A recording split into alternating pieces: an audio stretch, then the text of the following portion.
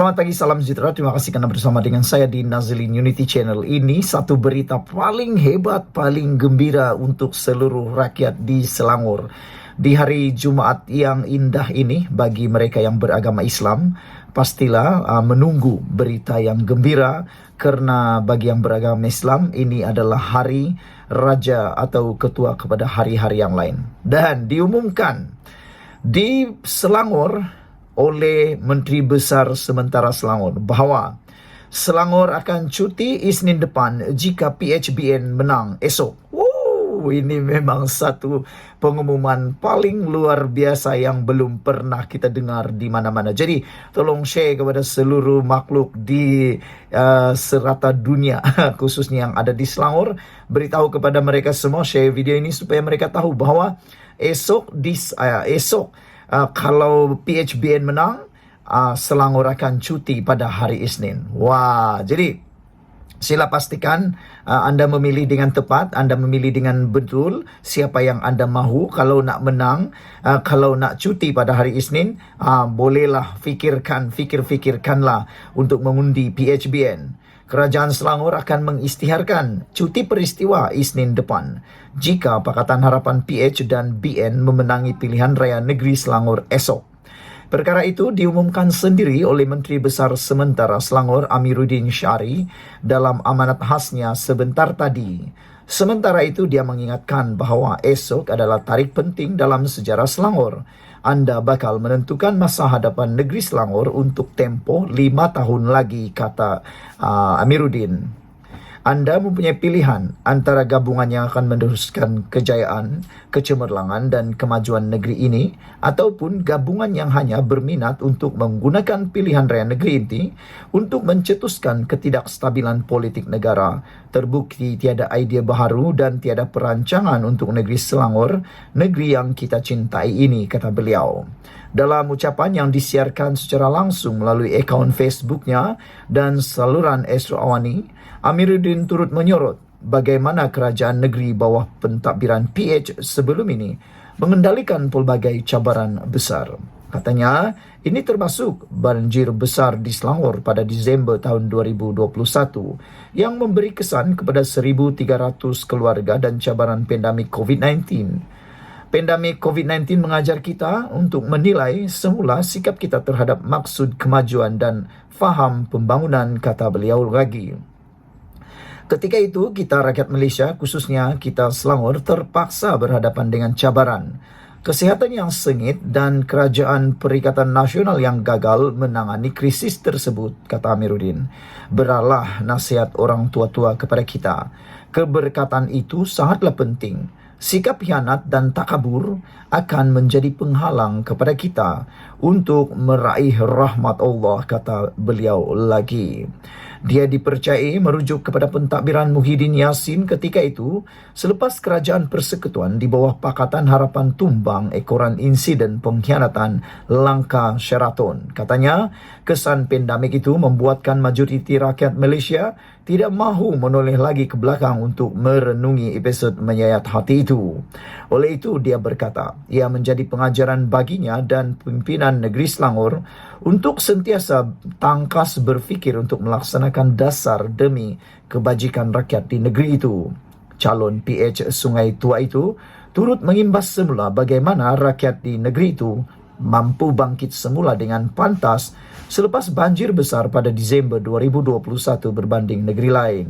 Walaupun lebih ramai rakyat Selangor yang terkesan akibat banjir berbanding negeri lain disebabkan jumlah penduduk yang tinggi, namun rakyat Selangor berjaya bangkit dengan lebih pantas jika dibandingkan dengan kawasan lain. Rakyat Selangor, rakyat bermaruah. Rakyat Selangor, rakyat berprinsip. Rakyat Selangor, rakyat yang ada nilai dan akhlak. Rakyat Selangorlah nadi kepada kerajaan negeri Selangor Darul Ihsan, kata Amiruddin lagi. Saudara-saudara sekalian, mohon bantu saya tekan butang subscribe untuk membangkang channel ini dan share video kali ini kerana ini adalah video pengumuman paling menarik, paling gembira yang diisytiharkan sah bahawa Selangor akan cuti Isnin depan ini jika PHBN menang esok.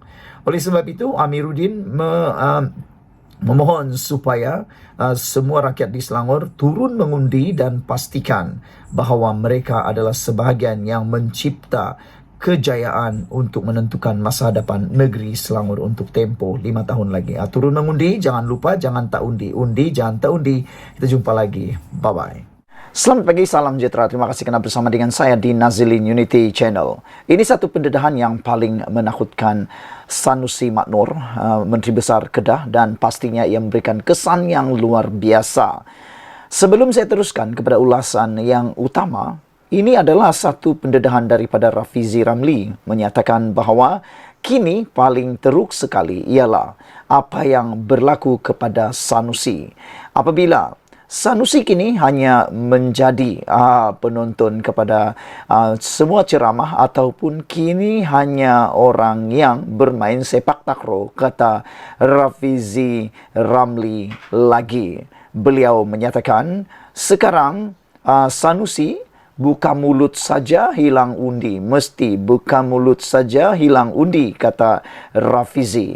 Hal ini menyebabkan menurut Rafizi, Sanusi sudah digam daripada berucap daripada kepimpinan PN dalam minggu terakhir kempen PRN ini. Kita dapat melihat betapa kurangnya Sanusi berceramah di sana sini lagi kerana ada satu trending trademark yang mula menular di media sosial yang menyatakan bahawa satu undi kepada PN ataupun kepada PN, satu undi kepada Sanusi, kata mereka. Sehinggakan Rafizi berkata, Sanusi sudah digam daripada berucap dalam mana-mana ceramah Perikatan Nasional dan mereka pun tahu, kata Rafizi, setiap kali Sanusi buka mulut, mesti hilang undi, buka mulut hilang undi. Sebab itu, kata Rafizi, Sanusi pada minggu terakhir ini, Sanusi hanya dibenarkan main sepak takraw sahaja, kata beliau lagi. Dia hanya muncul dalam program-program rakyat pesta bola. Kata Rafizi, kita ni nak pilih menteri besar ke jago kampung main sepak takraw, kata Rafizi Ramli lagi. Dan yang paling mengejutkan kita pada pagi ini ialah apabila Taikun yang amat kaya ini, iaitu Vincent Tan, mohon perintah sekatan ke atas Sanusi. Bukan calang-calang perintah yang dibuat kali ini. Yang lebih mengejutkan, sebelum ini kita sudah mengetahui bahawa Vincent Tan menuntut Sanusi memohon maaf dan juga telah pun memberikan penyataan bahawa mereka menuntut 200 juta ringgit daripada Sanusi. Akhirnya tidak tahan lagi dan selepas Sanusi enggan memohon maaf terhadap Vincent Tan, akhirnya berjaya Land melalui yang juga Vincent Tan mohon supaya perintah sekatan dibuat ke atas Sanusi.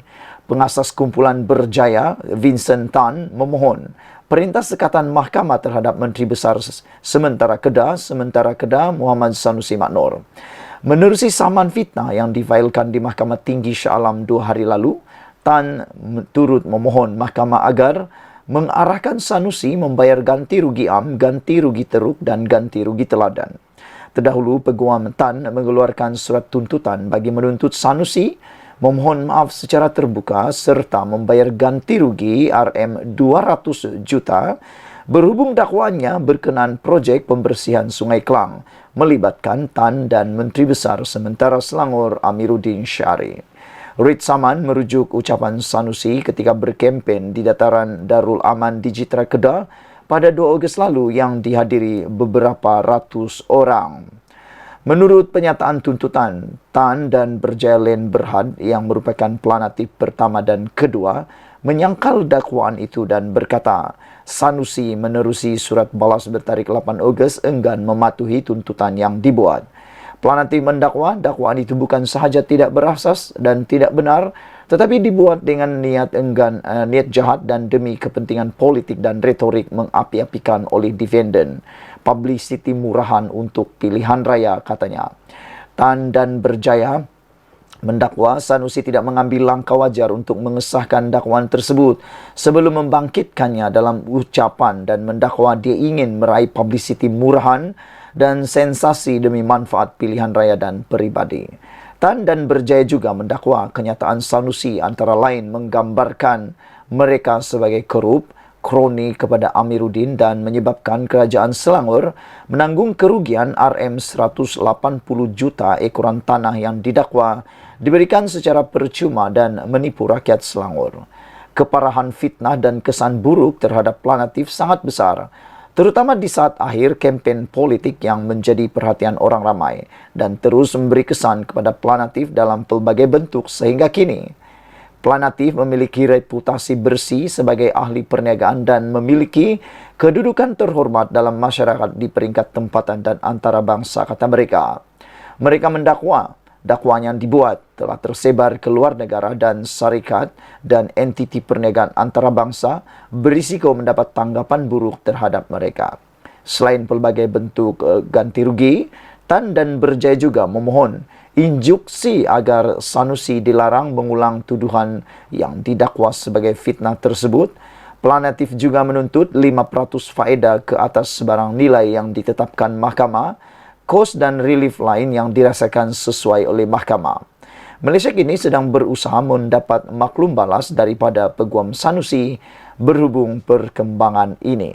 Sekian dulu untuk kali ini. Jangan lupa tinggalkan komen anda. Sila tekan butang subscribe. Apa pendapat anda apabila Rafizi mendedahkan bahawa Sanusi sudah digam daripada berucap oleh kepimpinan PN dalam minggu terakhir kempen PRN, walaupun beliau adalah pengarah pilihan raya PN dan dikatakan Panglima Perang PN, tetapi kini menurut Rafizi mereka pun tahu setiap kali Sanusi buka mulut mesti hilang undi, buka mulut hilang undi. Sebab itu dalam minggu terakhir ini Sanusi hanya dibenarkan main sepak takraw saja, kata Rafizi lagi.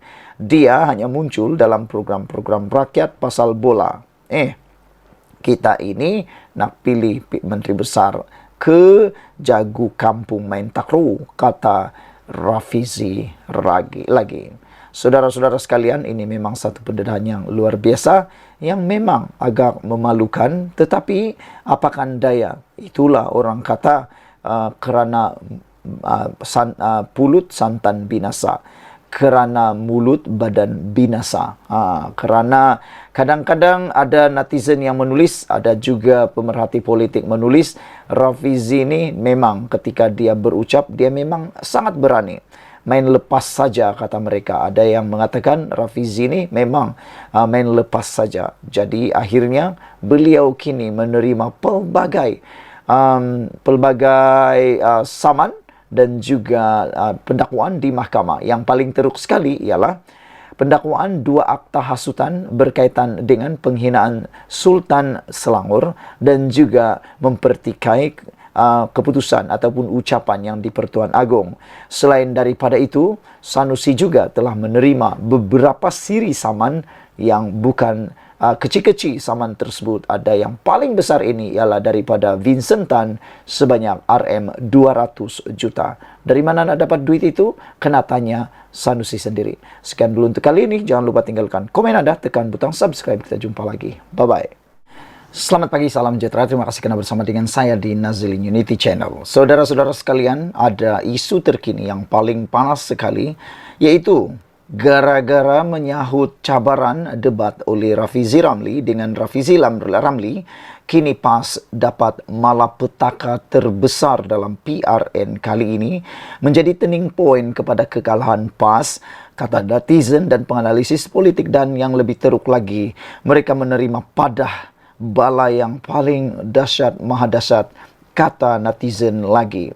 Ada netizen yang menulis bahawa kesilapan terbesar PAS ialah menerima debat daripada Rafizi Ramli dan disahut pula oleh Sahir Sulaiman, yang mana dilihat dalam debat tersebut kelihatan seakan-akan Sahir Sulaiman tidak mampu menandingi kehebatan Rafizi Ramli dengan beberapa isu yang tak terjawab. Dan setakat ini yang paling tular di dalam media sosial ialah apabila pantun Sahir telah menjadi lawak jenaka, iaitu ruh, neh, ambil yang keruh, buang yang jernih. Pantun itu kini jadi lawak jenaka. Mereka katakan Oh, rupa-rupanya Sahir juga sedar ada air keruh di Kelantan dan perlu air yang jernih, kata netizen. Dan hari ini ada netizen yang mula membaca apabila Rafizi mengatakan dalam laporan di My Metro menulis PN masuk perangkap bila setuju berdebat.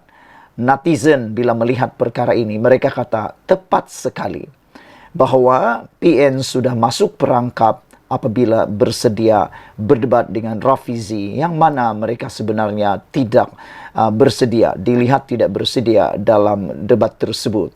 Selain daripada itu, beberapa kesilapan yang paling ketara ialah apabila Sahir menyebut tentang yang telah menggores hati masyarakat Siam, yang kita tahu ramai masyarakat Siam tinggal di Kelantan, Terengganu dan Kedah. Kenyataan yang dikeluarkan oleh Sahir telah menyebabkan masyarakat Siam, pengerusi Presiden masyarakat Siam telah pun memohon supaya menarik balik kenyataan tersebut dan memohon maaf atau akan berdepan dengan laporan polis. Jadi itu sebabnya disangka dapat menarik perhatian pengundi, rupa-rupanya mereka masuk dalam perangkap dan yang lebih teruk lagi bawa padah yang luar biasa, malapetaka yang tak pernah dihadapi oleh PAS Perikatan Nasional sehingga kini. Kalau baru-baru ini Bersatu yang bergolak apabila beberapa pemimpin besar mereka, pemimpin kanan meninggalkan Bersatu pada saat-saat akhir yang juga pada waktu ini kita tahu mereka kekurangan dana. Begitu juga dengan PAS sekarang mula dilanda oleh banyak perkara yang memang luar biasa, termasuklah Sanusi Maknor. Hari ini Rafizi mengaku, dia kata Perikatan Nasional sudah masuk perangkap bila setuju berdebat. Timbalan Presiden Parti Keadilan Rakyat PKR Rafizi Ramli mendakwa Perikatan Nasional PM masuk ke perangkap apabila ahli Parlimen Bacok Muhammad Sahir C. Sulaiman bersetuju berdebat dengannya mengenai hal ehwal ekonomi pada Rabu. Menyifatkan perdebatan itu adalah kemuncak perangkap. Rafizi yang juga Menteri Ekonomi berkata ia sudah lama dirancang pihaknya dan PN tidak melihat mengenai perkara itu. Dah rancang daripada awal bila kita ambil kerajaan. Bermula bulan Jun, kita lancar satu demi satu pengumuman mengenai hal ehwal ekonomi. Biarlah dia maki hamun sebelum itu. Kata kerajaan tak buat apa, tak guna, tak tunai janji dan sebagainya, katanya pada jelajah madani di Dataran Ampangan malam tadi.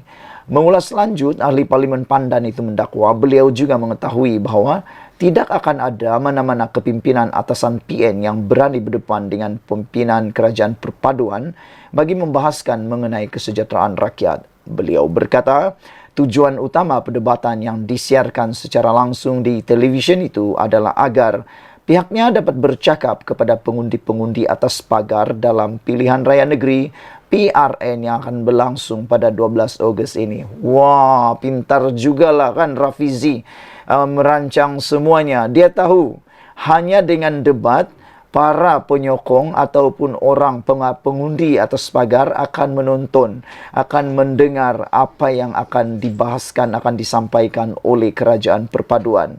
Saya faham apa yang dimaksudkan oleh Rafizi.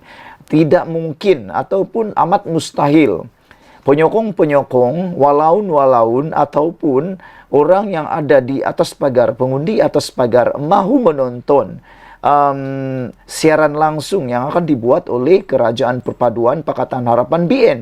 Mereka tidak akan menonton punyalah sebab mereka takut untuk terpengaruh. Tapi oleh kerana debat itu melibatkan pemimpin daripada PAS dan Perikatan Nasional itu, maka pengundi atas pagar dan pengundi yang mengundi PAS sebelum ini akan secara langsung melihat siaran langsung itu, mendengar cakap, mendengar hujah, mendengar apa yang telah dilakukan oleh Kerajaan Perpaduan. Maka besar kemungkinan, kalaupun tidak semua, mungkin akan ada beberapa puluh peratus pengundi atas pagar, bahkan pengundi yang mengundi Perikatan Nasional PAS Bersatu mungkin mula berfikir akan mengubah undi mereka. Bijaksana memang luar biasa juga Rafizi ini. Betul lah apa yang dia kata.